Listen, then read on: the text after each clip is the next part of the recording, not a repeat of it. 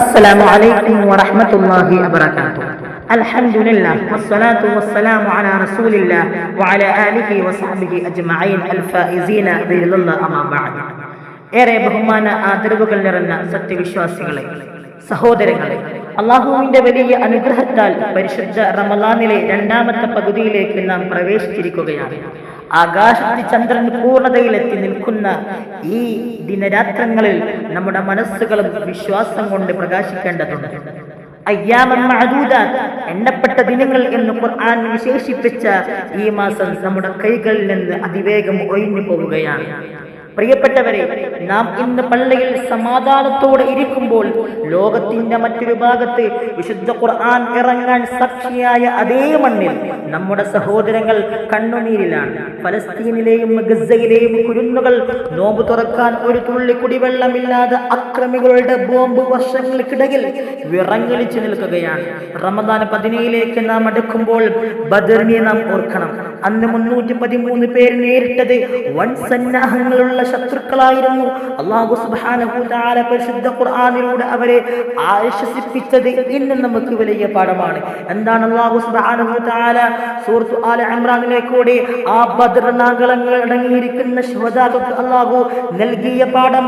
വലാ തഹിനു വലാ തഹ്സനു വ അൻതുമുൽ അഅലൗന ഇൻ കുൻതും മുഅ്മിനീൻ. നിങ്ങൾ ദുർബലരാകരുത്, ദുഃഖിക്കുകയും വേണ്ട. നിങ്ങൾ വിശ്വാസികളാണെങ്കിൽ നിങ്ങൾ തന്നെയാണ് ഉന്നതർ.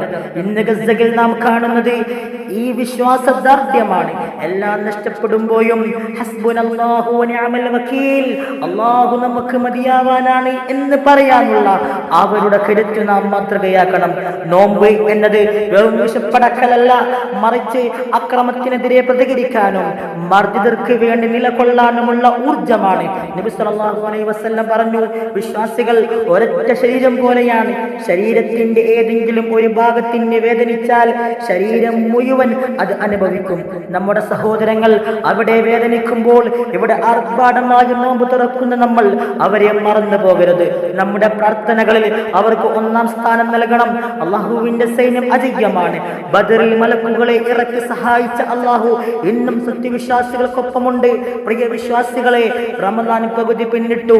ഇനി വരാനിരിക്കുന്നത് നരകമോചനത്തിന്റെ 10 ഈ പുണ്യരാവിൽ നമുക്ക് പ്രതിജ്ഞ ചെയ്യാം.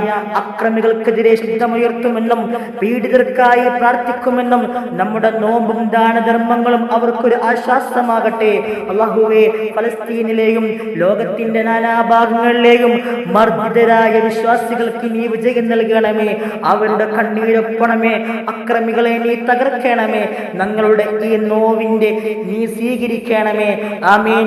വആഖിറു ദഅവാനാ അൽഹംദുലില്ലാഹി റബ്ബിൽ ആലമീൻ വമാ തൗഫീഖി ഇല്ലാ ബില്ലാഹ്. അസ്സലാമു അലൈക്കും വറഹ്മത്തുള്ളാഹി വബറകാതുഹു.